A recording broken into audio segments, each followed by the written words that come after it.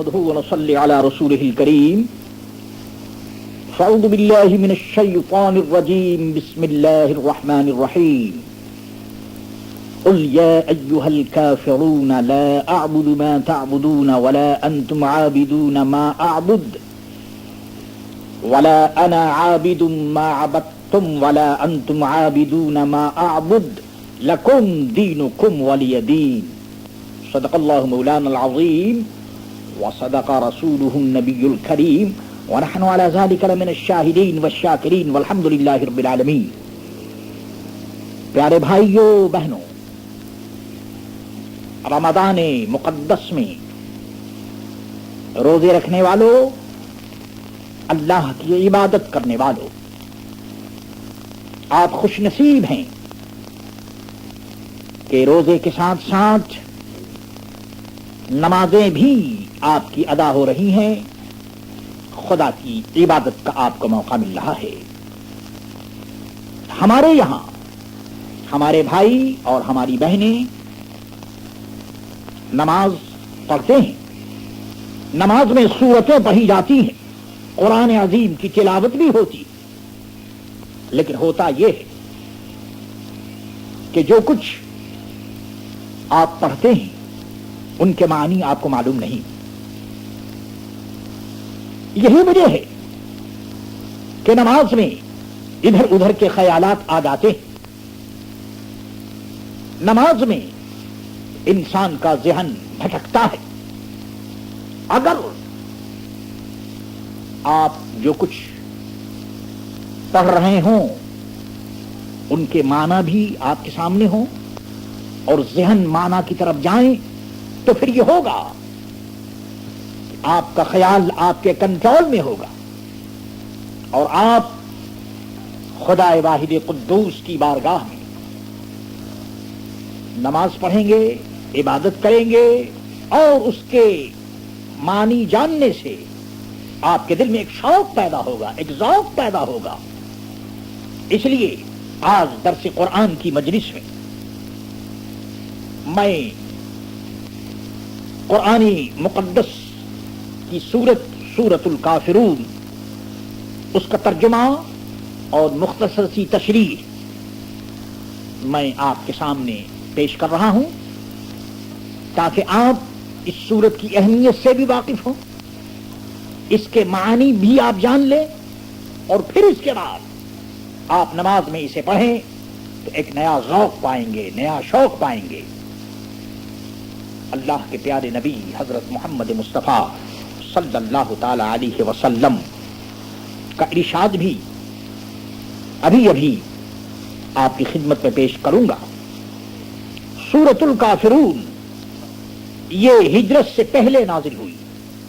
اس میں 1 رکوع، 6 آیتیں اور 26 کلمے اور 94 حروف ہیں.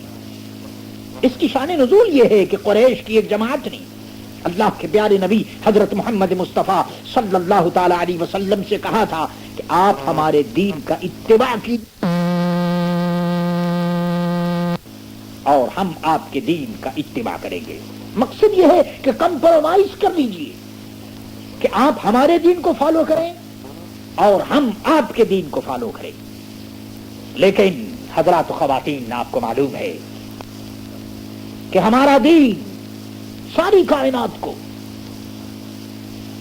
اللہ کی بارگاہ میں جھکنے کی دعوت دیتا ہے، کیونکہ ہمارا دین مکمل ہے، عالمی ہے، انٹرنیشنل ہے. اس لیے یہ کسی کی اتباع نہیں کرتا، کسی کو فالو نہیں کرتا. چنانچہ قریش مکہ نے کہا کہ اس سال آپ ہمارے خداؤں کی عبادت کریں اور 1 سال ہم آپ کے معبود کی عبادت کریں گے. سید عالم صلی اللہ تعالی علیہ وسلم نے فرمایا، خدا کی پناہ، میں اپنے اللہ کے ساتھ کسی کو شریک کروں؟ پھر وہ کہنے لگے کہ اچھا تو آپ ہمارے کسی خدا کو ہاتھ ہی لگا دیجئے، ہم آپ کی تصدیق کر دیں گے اور آپ کے معبود کی عبادت کرنے لگیں گے. اس پر سورۃ الکافرین اور کافرون، سورۃ الکافرون کا نزول ہوا اور سید عالم صلی اللہ تعالی علیہ وسلم مسجد حرام میں تشریف لے گئے.